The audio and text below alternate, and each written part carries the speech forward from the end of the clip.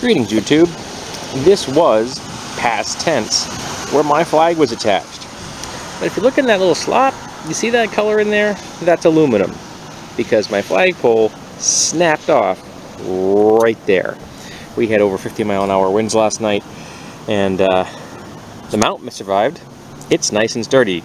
The flagpole did not. So I'm going to remove this, take out the aluminum tube that's inside, and then go and see if I can find myself a piece of steel conduit which will fit inside this tube, because if I can, I'm making myself a new flagpole, and it's going to be made out of steel.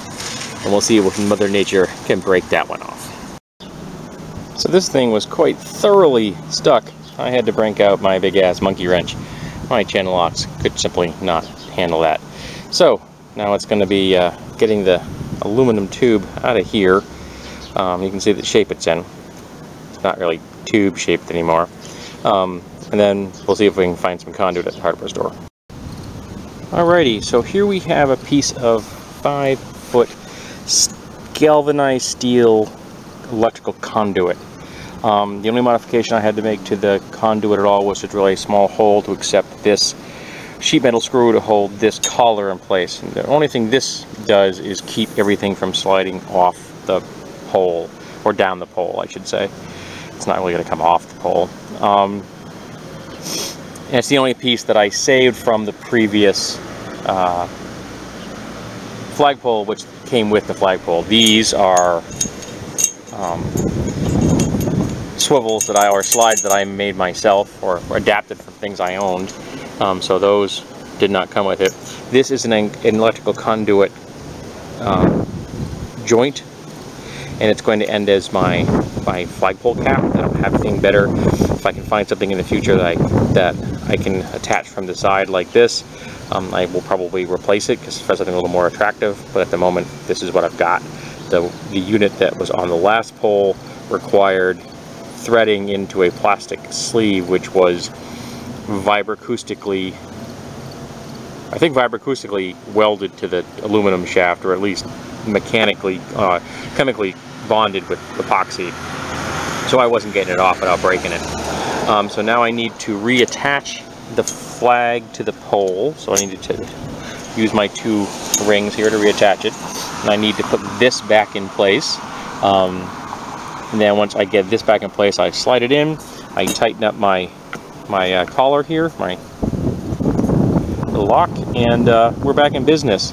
And hopefully this will withstand any kind of wind that New England can throw at me, up to and including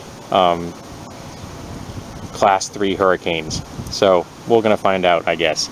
We'll keep an eye on that. I'm hoping that the next time I get a failure will be because the flag itself is pulled off the pole, but the pole itself stays in place.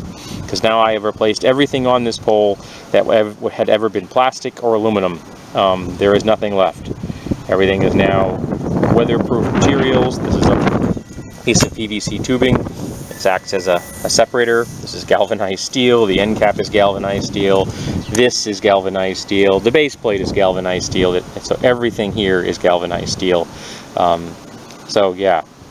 But even with galvanized steel, we still had some rusting in here on the threads, because the threads are exposed, expose the interior portion of the metal, and it holds water, whereas the part that doesn't have water held on it is nice and silver still. Okay, now it's reassembly, and then we'll look at the final process. So there we go. One reattached flagpole, or rebuilt flagpole, and then reattached. Because like I said, the only part that's here from the original flagpole is that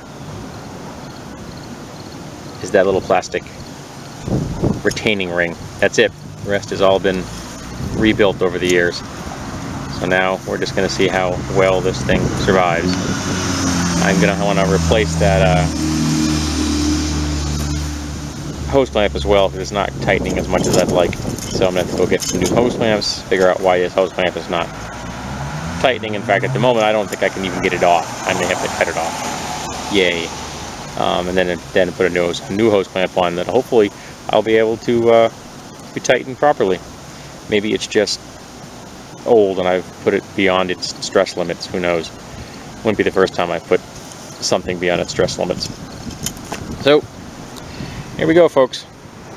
The rainbow flag flies again.